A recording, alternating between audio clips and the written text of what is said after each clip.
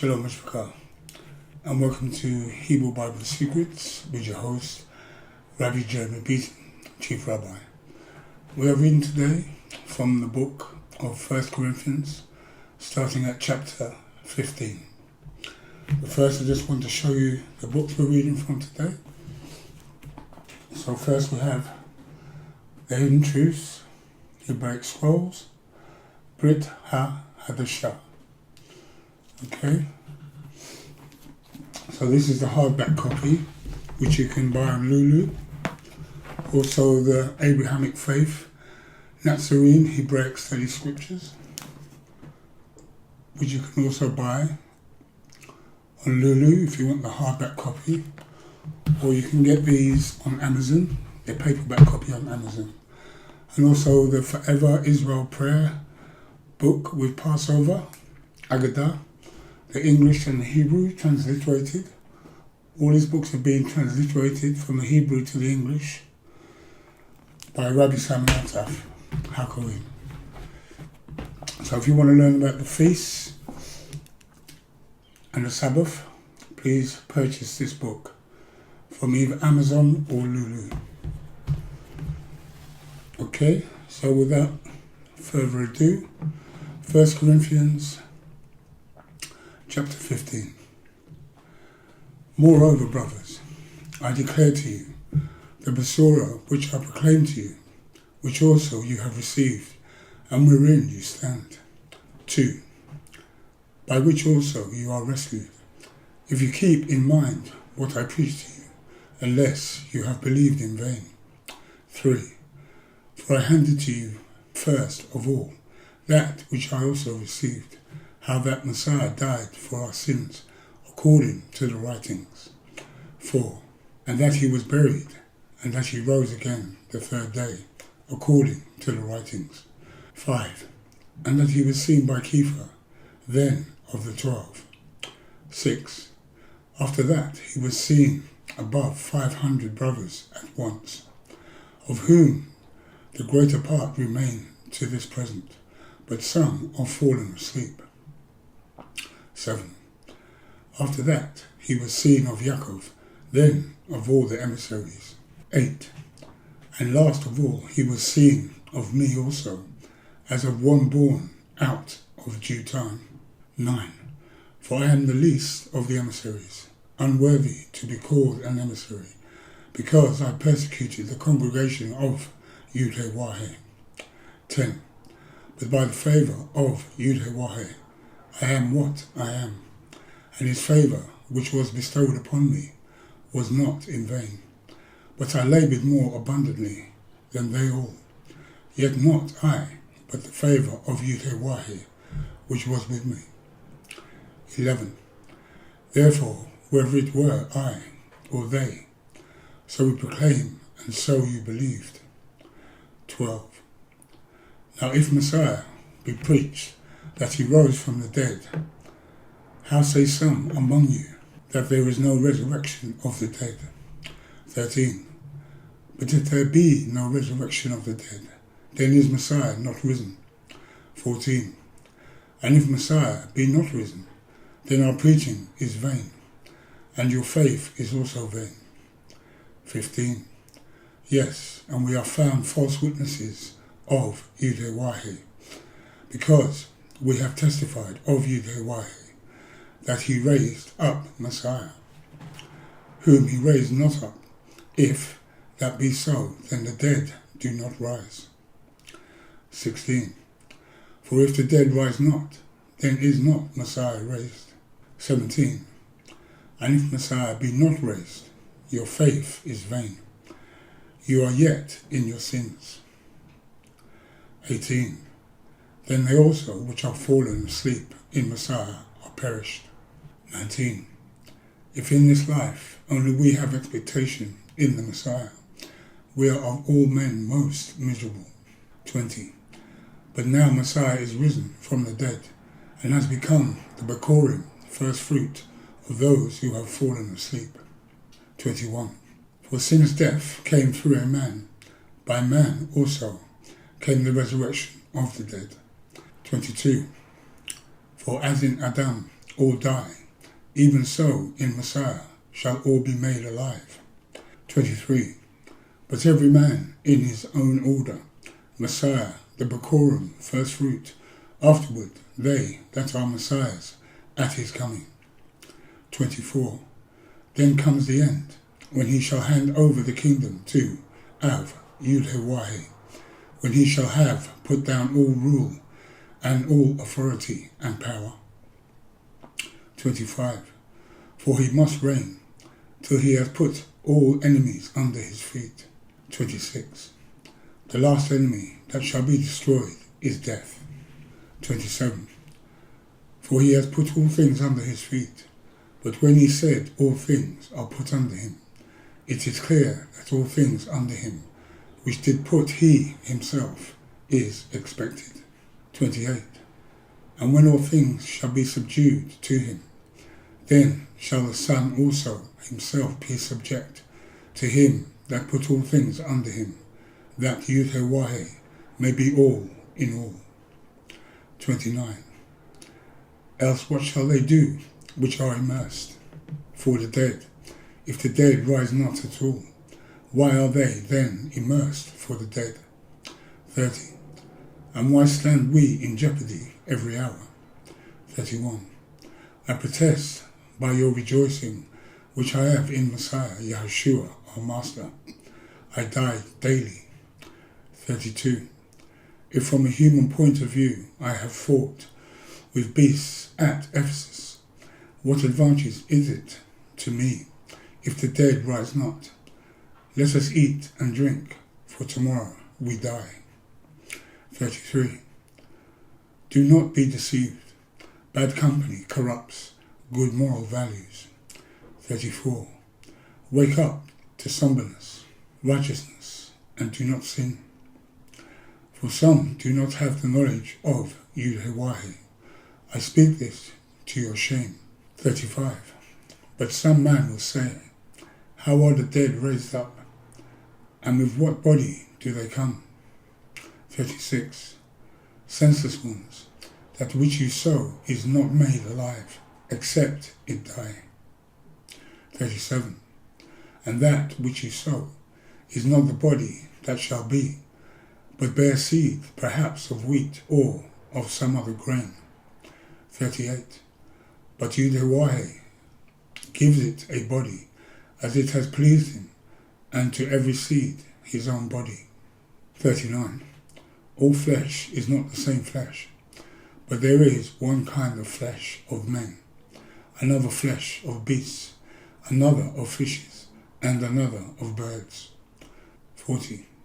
There are also sky bodies and earthly bodies, but the glory of the sky body is one sort, and the glory of the earthly one is another. 41. There is one glory of the sun, and another glory of the moon, and another glory of the stars, for one star differs from another star in glory. 42. So also is the resurrection of the dead.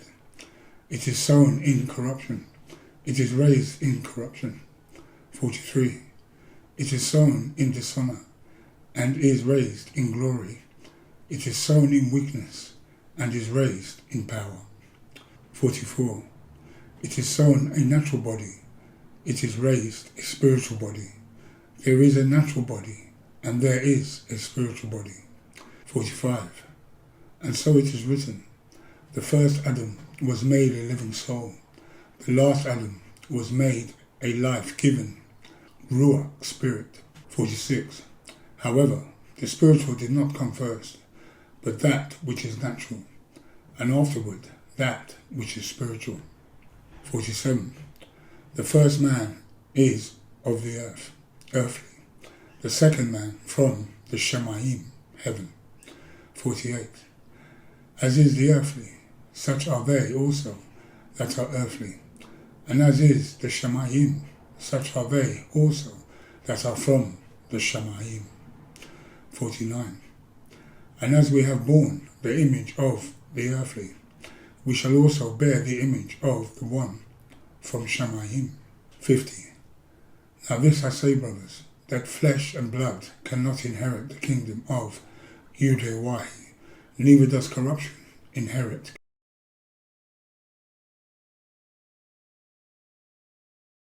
(51) Behold, I show you a mystery. We shall not all sleep, but we shall all be changed. (52) In a moment, in the twinkling of an eye, at the last shofar. For the shofar shall sound, and the dead shall be raised incorruptible, and we shall be changed. 53. For this corruptible must put on incorruption, and this mortal must put on immortality. 54. So when this corruptible shall have put on incorruption, and this mortal shall have put on immortality, then shall be brought to pass the saying that is written, Death is swallowed up in victory. 55. O death, where is your sting? O death, where is your victory? 56. The sting of death is sin, and the strength of sin is violating the Torah. 57. But thanks to Yud-Heh-Wahi, which gives us the victory through our Master Yeshua the Messiah. 58. Therefore, my beloved brothers, be you steadfast, unmovable, always abounding in the work of Yud-Heh-Wahi, for as much as you know that your labour is not in vain in Yud-Heh-Wahi. Okay, so that now brings us to the end of 1 Corinthians chapter 15. So let's go back and have a look at some of the extensive footnotes in this chapter. So the first footnote we have is in verse 4. And that he was buried, and that he rose again the third day, according to the writings. Okay, let's have a look at this, according to the writings. So we have here the scriptures which Paulus refers to here are the Tanakh, the Hebrew Bible. Okay, so the scriptures which Paulus refers to here are the Tanakh, the Hebrew Bible. Okay, so let's go to the next footnote, which is in verse 12. Now if Messiah be preached that he rose from the dead, how say some among you that there is no resurrection of the dead? Okay, so let's have a look at this. So we have here, the Sadducees did not believe in the resurrection of the dead, and some other people had also been misled by them. Okay, I'll read that again. The Sadducees did not believe in the resurrection of the dead, and some other people had also been misled by them. Okay, so let's go to the next footnote, which is in verse 20. But now Messiah is risen from the dead and has become the Bikurim, the first fruit. Okay, let's have a look at this, the first fruit. So we have here the translation for the word is first fruit, not fruits. Okay, so the translation for the word is first fruit, not fruits. Okay, let's go to the next footnote, which is in verse 29.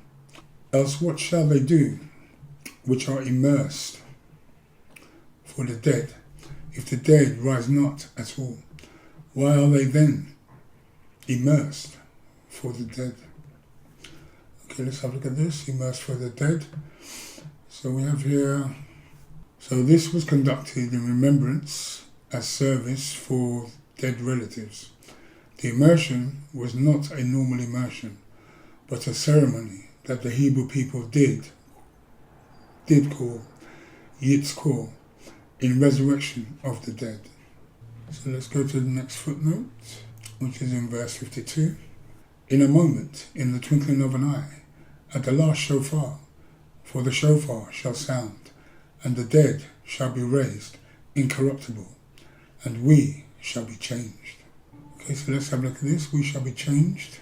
So we have here The last trump is the great trumpet, Takiya ha-Gadolah, call at the Chag, celebration of Yom Teruah, the Chag celebration of trumpets, when the dead shall be raised. The Rabbim knew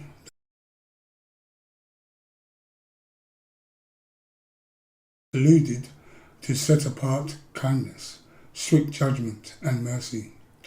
It will be kindness to those who did not accept him and loved him.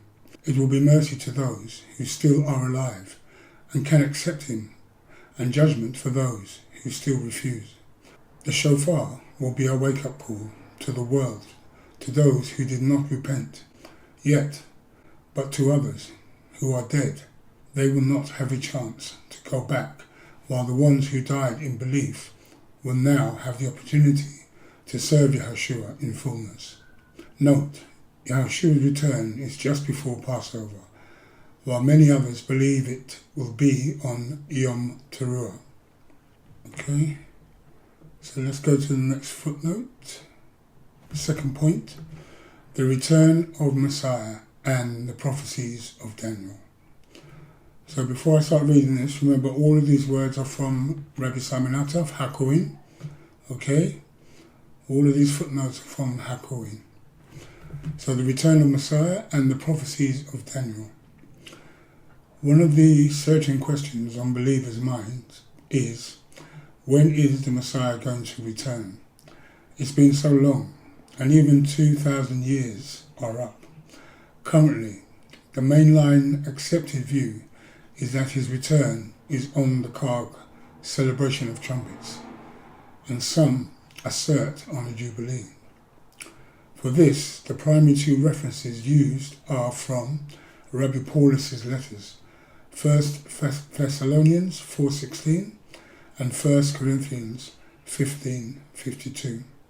However, what most people do not know is that everything in the writings must be established by two witnesses, and it must have one witness, being the ancient prophets. The two verses of Rabbi Shaul are one witness only, and cannot be counted as two witnesses. We need another witness to testify that Messiah is returning on a Chag celebration. There is a problem, the way the Bible is interpreted in the Western world, in a do-it-yourself way, without understanding what it is that the writer has been inspired to write through the set-apart spirit, and whether it tallies with the ancient prophets or not. However, on close examination, you will notice that the book of Matthew actually contradicts the theory of a return on the Chag celebration of trumpets, as espoused by many, including Shaul. Matthew 24:42, Hidden Truth with Break Scrolls.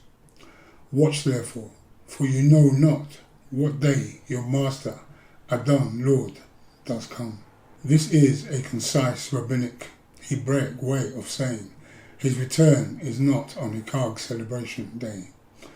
So who is right, Rabbi Shaul, the Benjamite, or Matthew, the Levite? In the scrolls, the Levites have more authority and weight. However, you will be surprised to know that both are correct, and neither contradicts the other, and neither points to the return of Messiah on a Chag celebration day. We find another reference in Matthew that actually helps us in Metiyahu 24:31. This reference in Matthew 24 simply points out that he will send the Malachim, the angels, in Matthew 24:31, with the proclamation of a king's arrival, hence why the loud shofar blast that we read about in the letter of Thessalonians 4:16. Our reference point is Daniel the prophet. It is our opinion that the return of Messiah is not many hundreds of years away, as some have suggested. It is my firm conviction that the return of Messiah will be in this century, and not the next 1,000 years.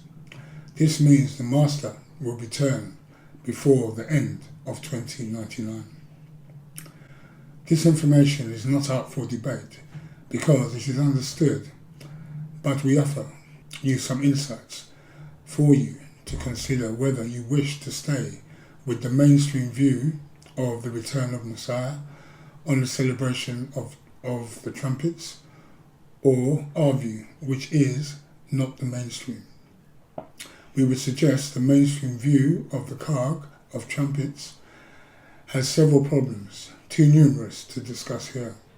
In order for any of our views to be correct, they need to be verified by ancient prophets.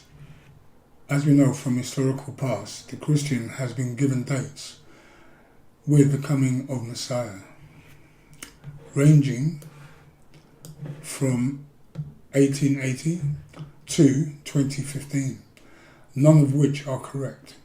We do not find any problem or transgression with certain dates. We are given signs precisely for the reason to know the season of his return.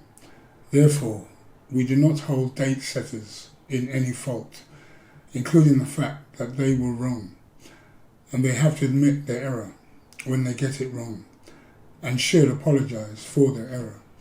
Many of the date setters have yet to do this. First, Rabbi Paulus' references of the shout is simply to be interpreted as the arrival of the king for war, and nothing more than that.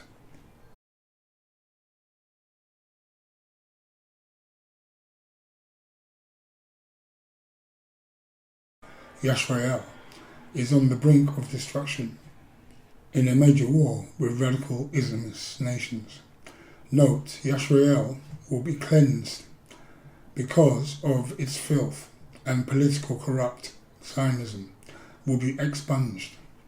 Also, the sons of Japheth will be removed from Yisrael to bring in the real Hebrews. The first of these will come from Africa and Assyria. The shofar was blown on each Chag celebration, so why pick the Chag celebration of trumpets? Why not the Chag celebration of tabernacles or Shavuot?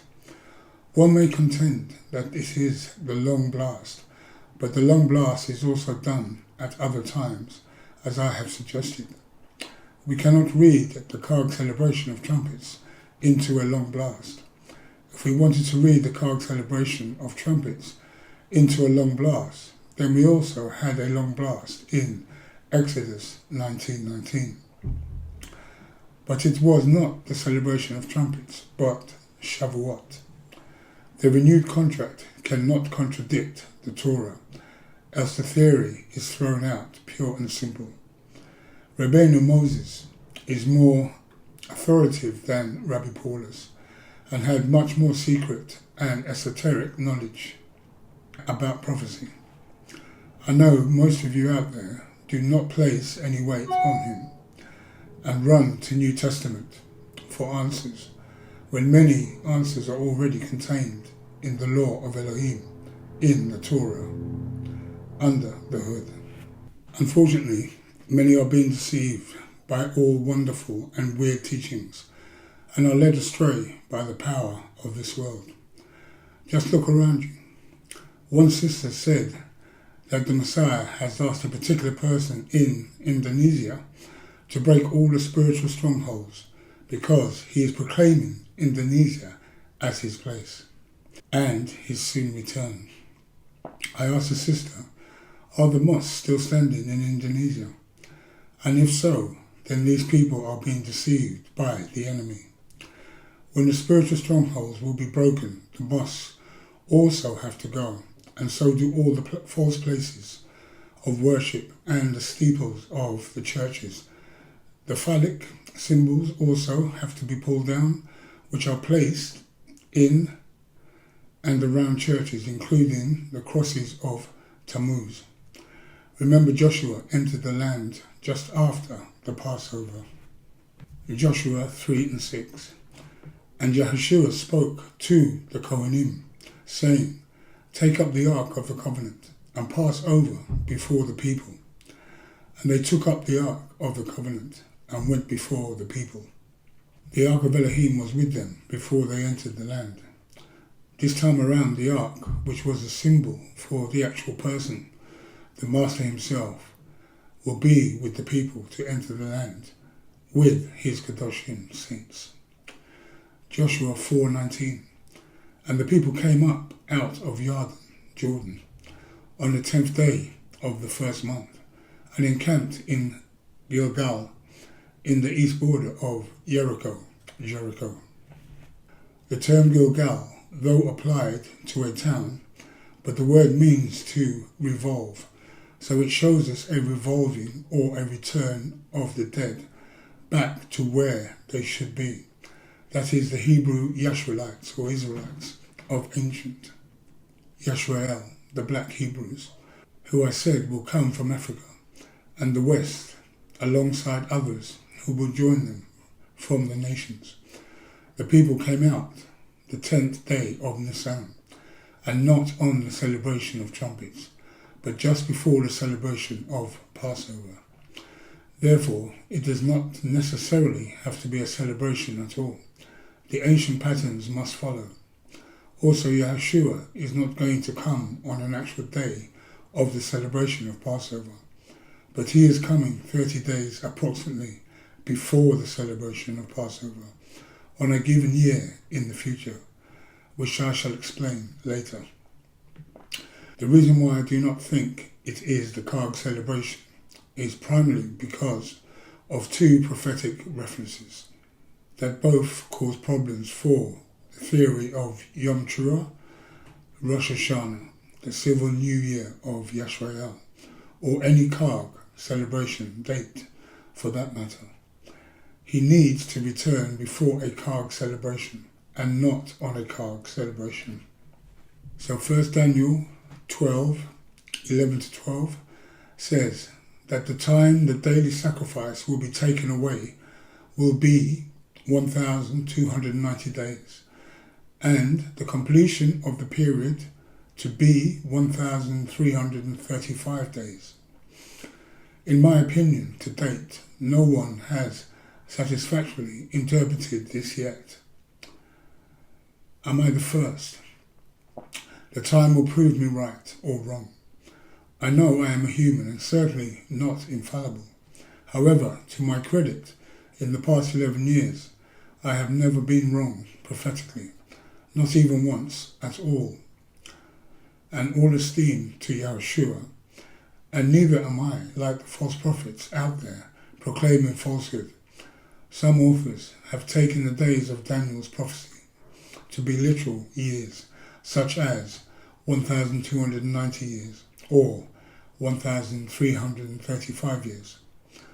This could be an application of the timeline because the Hebrew does use the term days as years in some applications of the writings. I know some friends who calculate this as years, and it's perfectly fine if they wish to do it this way. However, I would offer the other way view, where I simply take the 1,290 and the 1,335 days as a period of literal 24-hour days rather than years. The prophecy of Revelation tells us the following. Revelation 12:6. And the woman fled into the wilderness, where she has a place prepared by Elohim, which they should feed her there 1,260 days. Some authors take this to be a period of 1,260 years, and as I suggested earlier, this could be one application of the usage of days. I certainly do not disagree with this practice, but since I am going to use the literal 24-hour application, therefore I calculate it as 3.5 years yet to come in the future, which ties up perfectly with Daniel, the prophet. One more thing is that this time period is a type, a shadow, and has been fulfilled in the past too, but the real literal fulfillment is yet to come. Now let us look at Daniel 12:11. And from that time that the daily sacrifice shall be taken away, and the abomination that lays waste is set up, there shall be 1,290 days. In order for the daily sacrifice to be taken away, there has to be an altar set up for sacrifice. I know some of my friends disagreeing that in order to sacrifice there has to be a third temple. I respectfully disagree with my friends. I have detailed the full answer of this in my new book called World War III, Salvation of the Jews. It cannot be a full temple because this contradicts Daniel and also contradicts Ezekiel. I do not have room to explain here. I am going to suggest that we take the month of July as a time period when the radical Muslims armies will gather to invade Yisrael in the future. We take the period of Tisha B'Av, especially the 9th, when the sacrifice that Daniel mentioned will be taken away from the temple, mount, altar, given to the Yahudim in the peace deal. It will not be the third temple. Keep your finger on Tammuz 17th and the 9th of Tisha B'Av. As far as I know, no one to date has predicted when the armies will attack Yisrael, or at least what days in the year they were likely to attack. Since I am giving you these, mark them in your calendar for all future references. Yeshua is not returning to London or New York. So who or where is he returning to, and for who? Christendom thinks he is returning for them.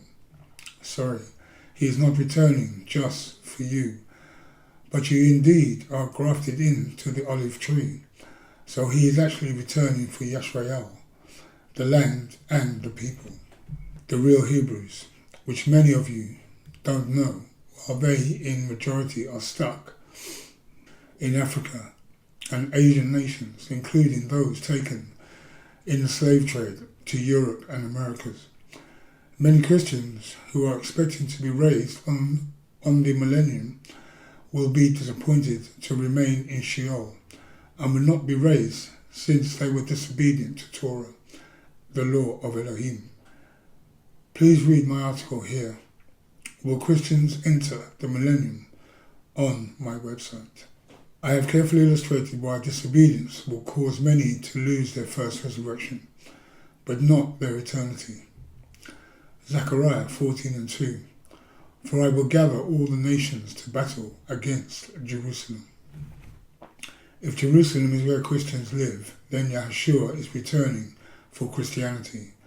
But unfortunately, Jerusalem is the eternal capital of Yisrael and the place where Elohim's heart and soul is.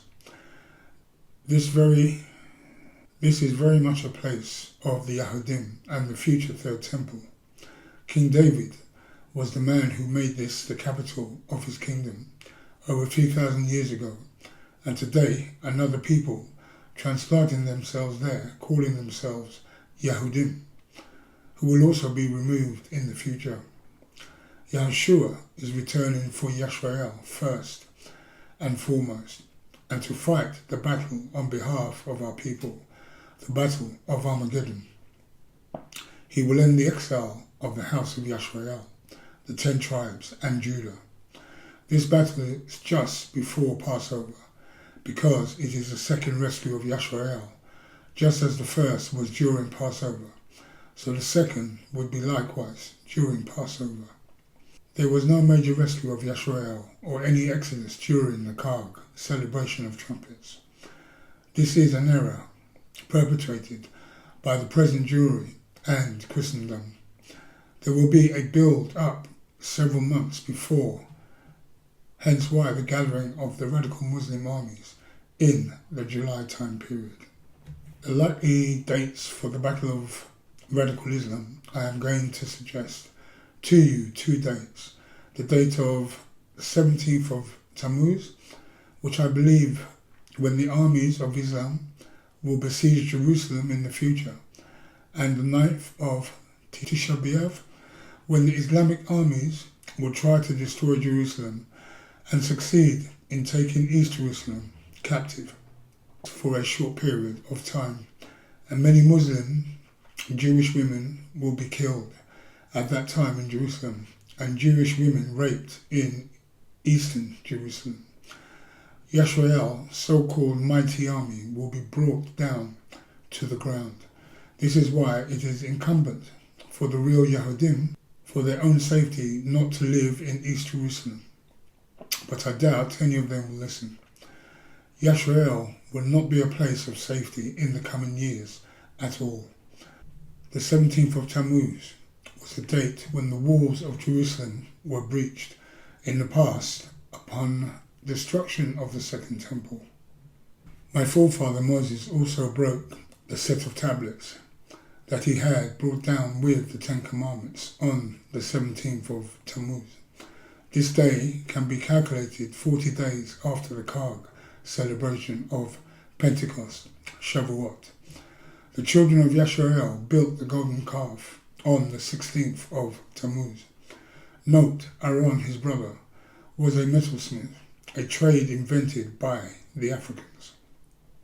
All of Yisrael's ancient bad times have happened during Tisha B'Av, especially the 9th, the destruction of the First Temple, the destruction of the Second Temple, and many other events too numerous to list.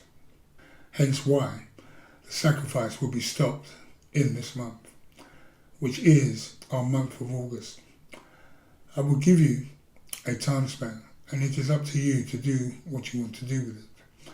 I am going to give you the critical time span for this from 2027 to 2045. The build-up of the Muslim Confederacy will take place in 2019, and not necessarily the war itself, as that will come later.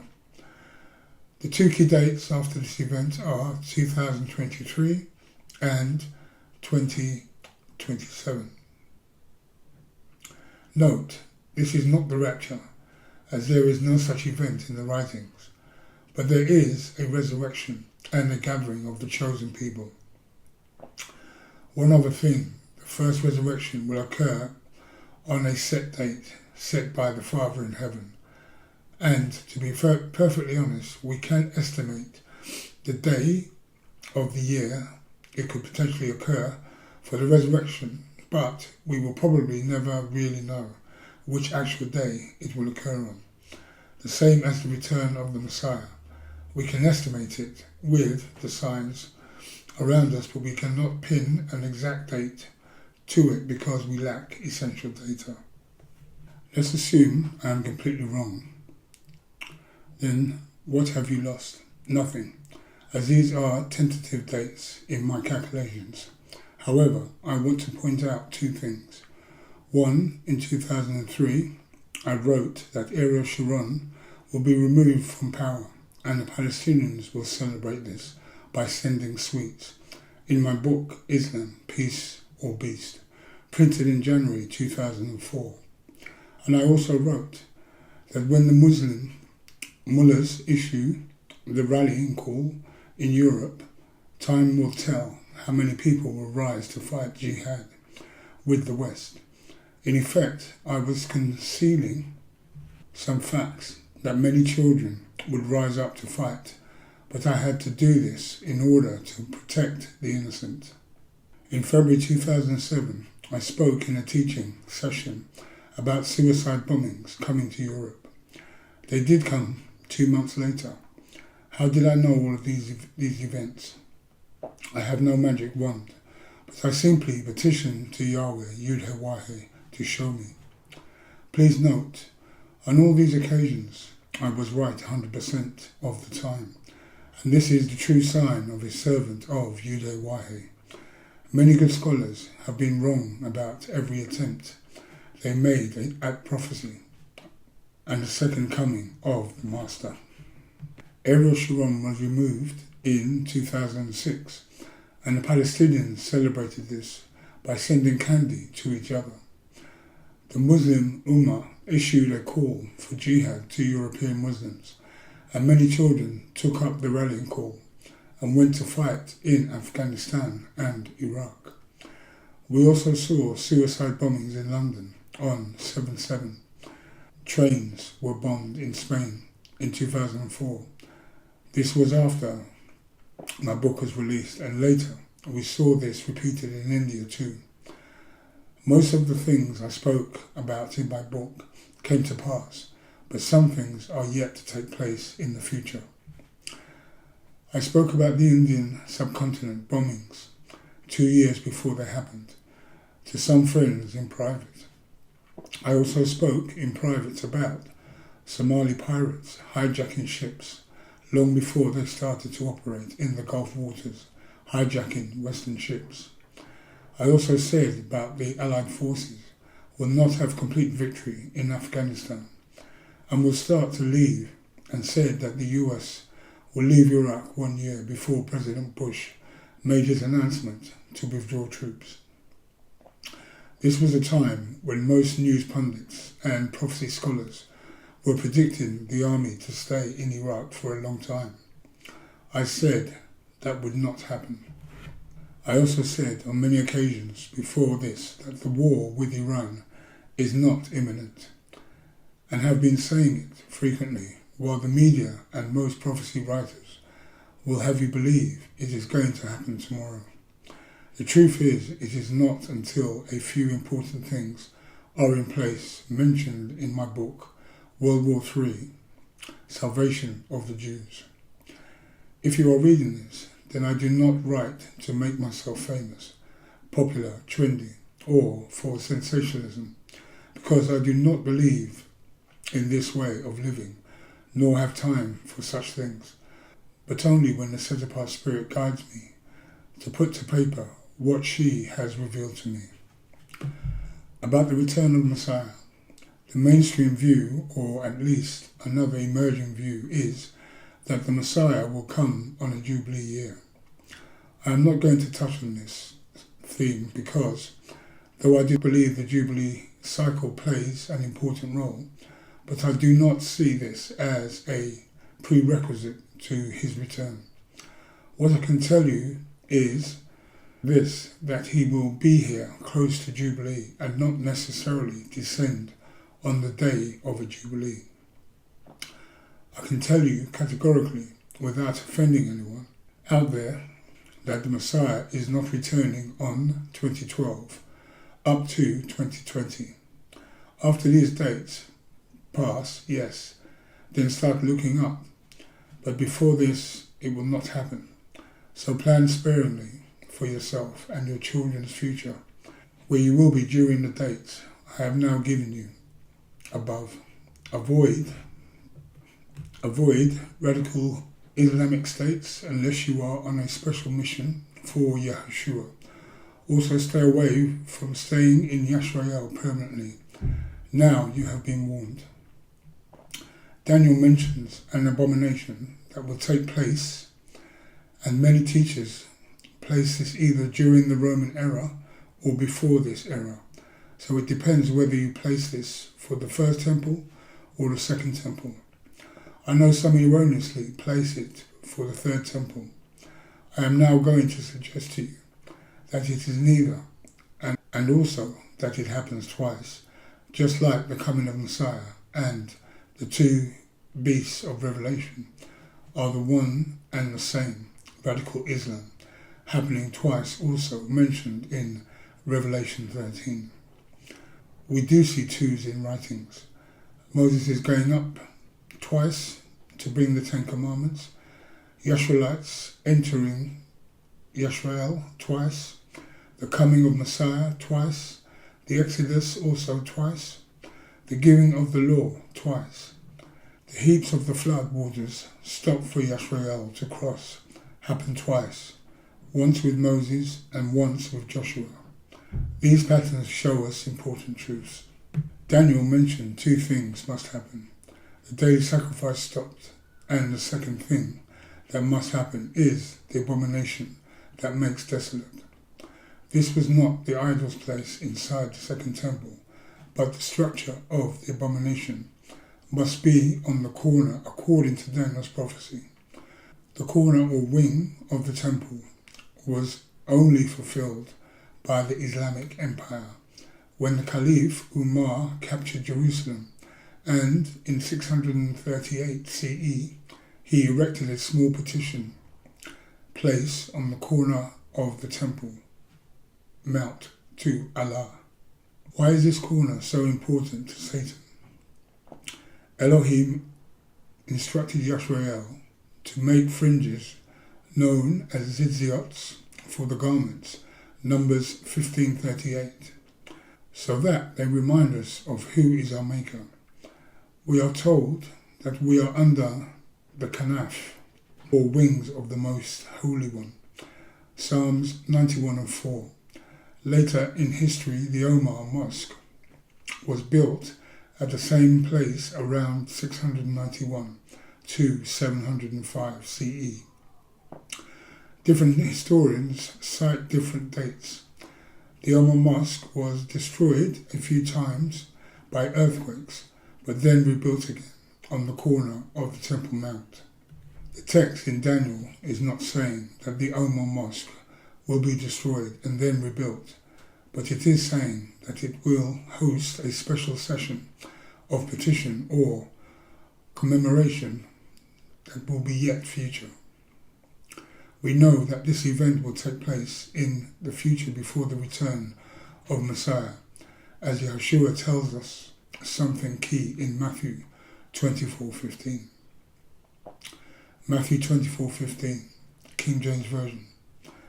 When ye therefore shall see the abomination of desolation, spoken of by Daniel the prophet, stand in the holy place, whoso readeth, let him understand. Note, he says stand in the holy place. Yes, stand, but stand where? The word stand is first literal and then figurative. The standing is for us to see this abomination and decide the events spoken of earlier.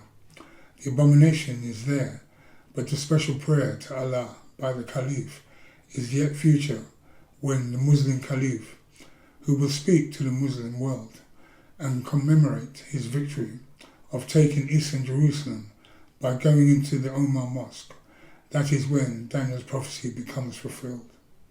He, the Muslim Caliph, will offer petitions to Allah and cause the Zionists, Yahudim, to stop the sacrifice at the little altar that they have given in a peace treaty, Revelations 11:1.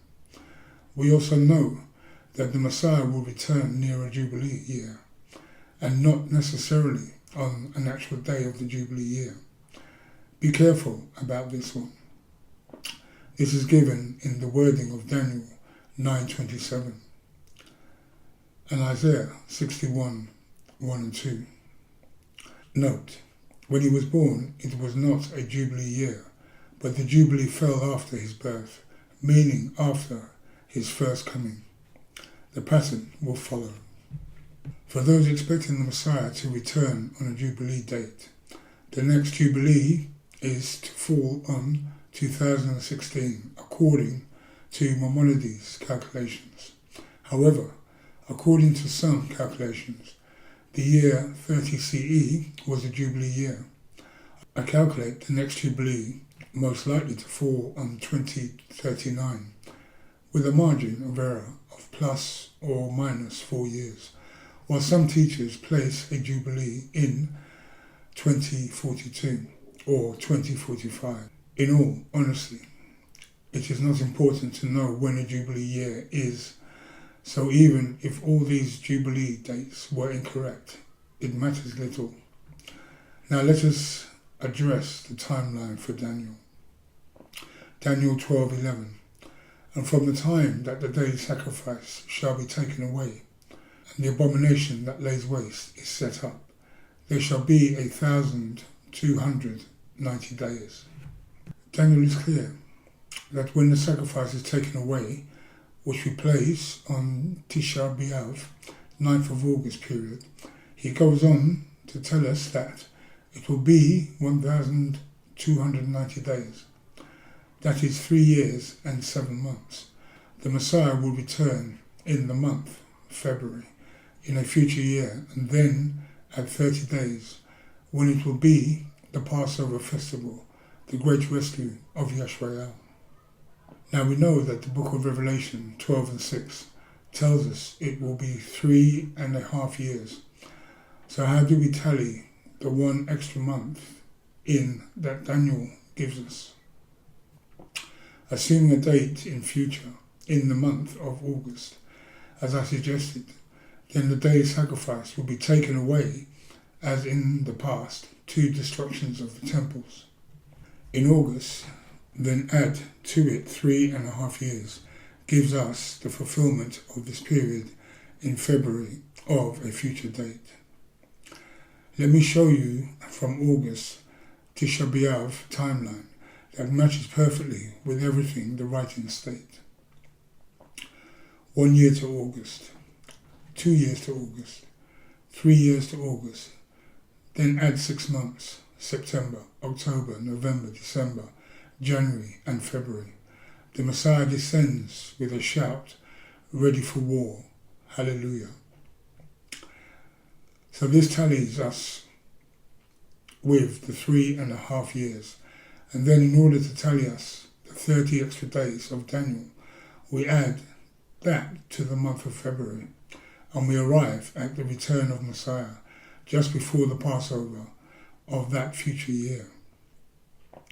This will then give us the greatest exodus history has ever seen, when both houses will fully return back, that is, the 12 tribes, start marching back to Yisrael from many Muslim lands, Africa and the West.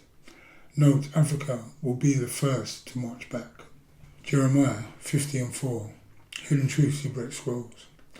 In those days and in that time, says Yud-Heh-Wah-Heh, the children of Yisrael shall come, they and the children of Yehudah together, going and weeping, they shall go and seek Yud-Heh-Wah-Heh, their Elohim. The 2 houses will start to return to Yisrael, as it will be the time to build the 3rd millennial temple. More details about this in my new book, The Final Exodus. It would also be the time to fulfill the prophecy which was spoken of by Isaiah 2 and 3. When Yisrael went out of Egypt, they first did the Passover, the Chag, celebration of rescue. The same is true in the future. Then after Yisrael's exodus, they received the Torah, the law of Elohim. The same is true here as they head towards Jerusalem to start learning the law of Elohim. Isaiah 2 and 3. And many people shall go and say, come, let us go up to the mountain of Yud-Heh-Wah-Heh. Note, this will happen in the month of May.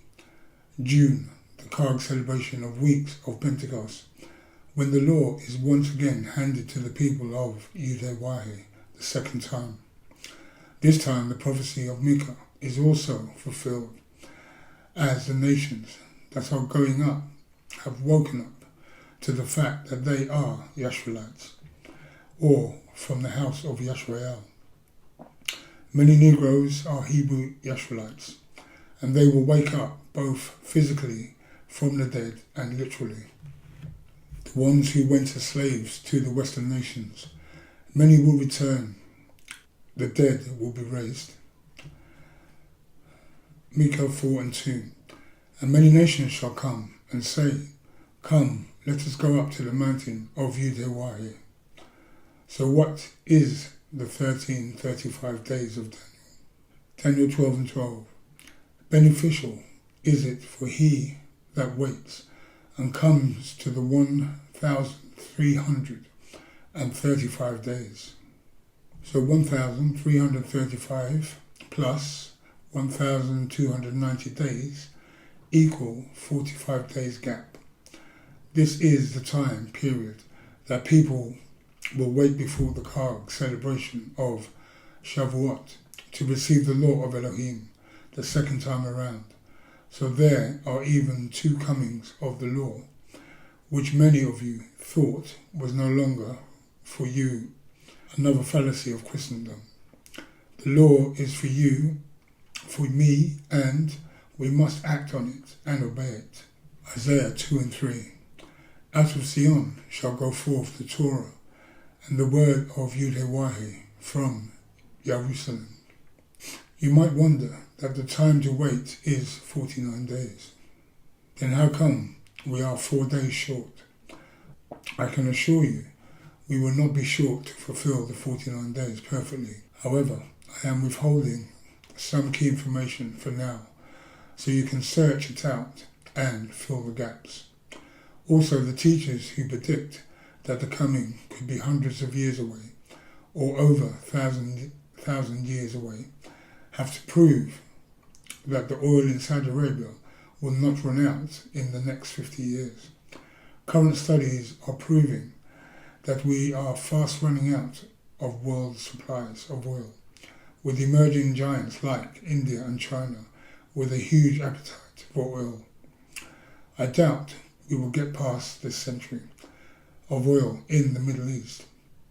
We have already hit peak oil in many places, but many countries are not telling you this because it will cause a massive panic.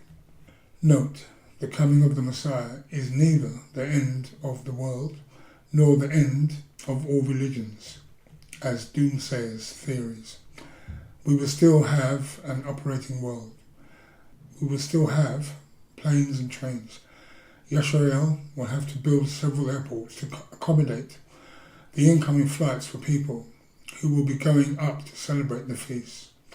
The 1,000-year reign in Yisrael is not as a fairy tale, but as men and women who were trustworthy to the word, who will be rescued with real bodies that can eat and drink and make marriages and give birth to children. In the writings, this is termed the seventh day.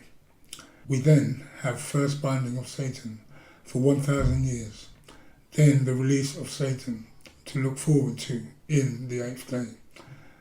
We also have the 9th day and the final 10th day. We will have verifiable 10,000 years of Earth's living history before the Earth will be renewed by Yud-Heh-Wah-Heh.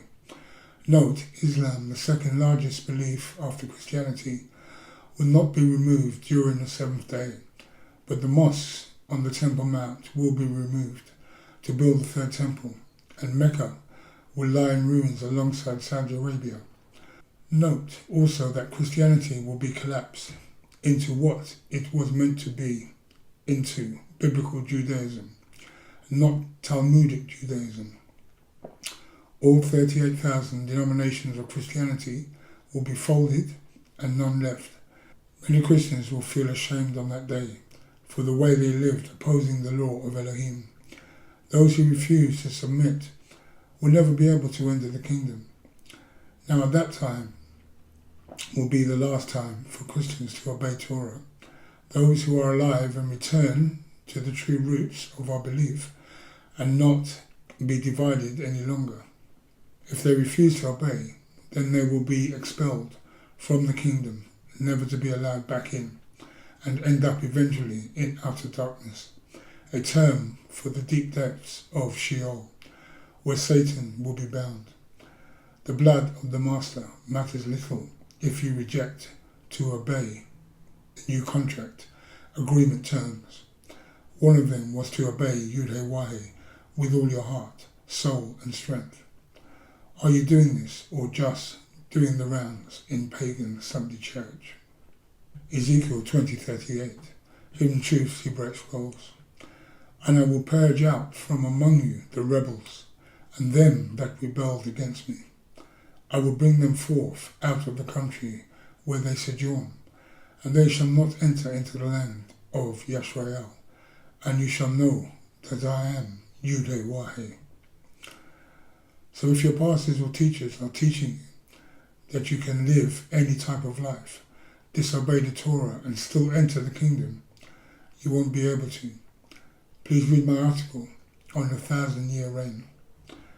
faith.com/Simon/PDFs/will percentage sign 20 Christians percentage sign 20 enter percentage sign 20 the percentage sign 201 000 percentage sign 20 years percentage sign 20 millennial percentage sign 20 reign.pdf. Sorry, this is not my theology, but the theology of the Holy Father in heaven. Read Ezekiel 20:38 very carefully, as I am trying to help you to make sure that you enter the kingdom and receive rewards to come. I am your friend as a teacher of the scrolls of Yudhe-Wahe. I am trying to show you the pitfalls before they happen, because I was chosen and called out with this responsibility to teach you the truth of the Hebrew people. I do not hate you, nor dislike your denomination, whichever you are in, That is fine by me. It matters little to my belief and walk. The favour of the Master is available to all in equal measure, but we cannot claim favour and live rebelliously. To disobey Torah is to live rebelliously. In the ancient past, Yisrael tried this, and Elohim did not allow the first generation from the Exodus to enter the land, except two people, Joshua and Caleb, to enter the land of Yisrael, or the coming kingdom in Yisrael, is a privilege, and not a do as you please, now and enter the kingdom later attitude. This is why Elohim has teachers there in the future to teach the people how to start obeying and living the Torah before they are allowed in the holy places.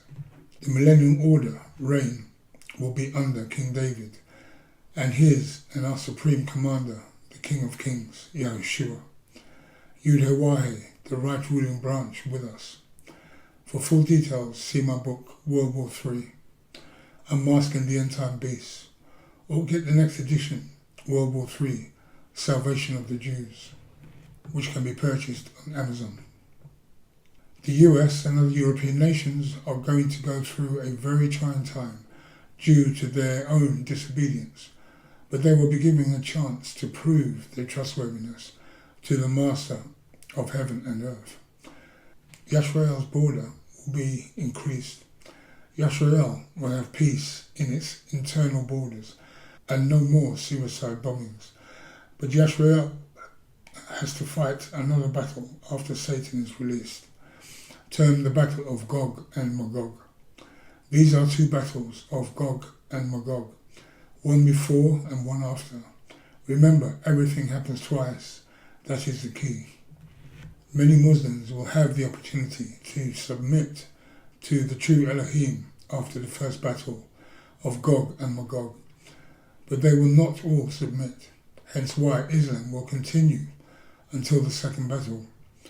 Many Muslim nations will believe and bring tribute to the Elohim of Yisrael, while others will not believe and continue as they are. They will be dismayed by their defeat, but will not be deterred to try again. There is a lot more information, but I hope you now have something of a picture. May you be increased in the Master, Yahushua.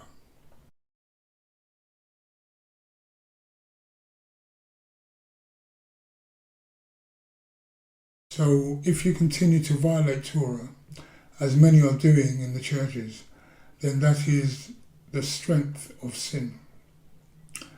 The likes of the German theologian Martin Luther said the following in the reply letter to Luther, writing to Philip Melanchthon on August the 1st, 1521. Luther, the confused theologian, wrote some outrageous things, part true and part false. This is what happens when people disobey and do not understand the favour that comes out of the Torah, or the judgment that will proceed. Start quote. If you are a preacher of favour, then preach a true and not a fictitious favour. If favour is true, you must bear a true and not a fictitious sin. God does not rescue people who are only fictitious transgressors. Be a sinner and sin boldly, but believe and rejoice in Christ even more boldly, for he is victorious over sin, death, and the world. As long as we are here in this world, we have to sin. This life is not the dwelling place of righteousness, but as Peter says, we look for new heavens and a new earth in which righteousness dwells. It is enough that by the riches of God's glory we have come to know the Lamb that takes away the sin of the world. No sin will separate us from the Lamb, even though we commit whoring and murder 1,000 times a day. Do not think that the purchase price that was paid for the rescue of our sins by so great a Lamb is too small. Pray boldly, you too are a mighty transgressor. End quote. Underlines ours. Note, Luther has a lot to answer for, because as a result of his writings, the Holocaust was brought about by Hitler, using his writings upon the Hebrew/Christian and other people who were considered low class, and also he had Hebrew synagogues burnt and had many Hebrew people killed. So on the day of resurrection, Luther will be very disappointed to know that he will have to wait to get his resurrection, and when he is raised, the second resurrection, he will have to wait on Yud-Heh-Wah-Heh's mercy for the murders he committed, as his fate hangs in the balance. So that now brings us to the end of 1 Corinthians chapter 15. So I thank you for watching, and I hope to see you on the other side. This is Rabbi Jeremy Beaton, Chief Rabbi, saying thank you for watching and Shalom Shalom. Baruch Shem, Kivod, Malkuto, Leolam Va'ed. Benevolent be the name of his esteemed kingdom, forever and ever and ever. Amen.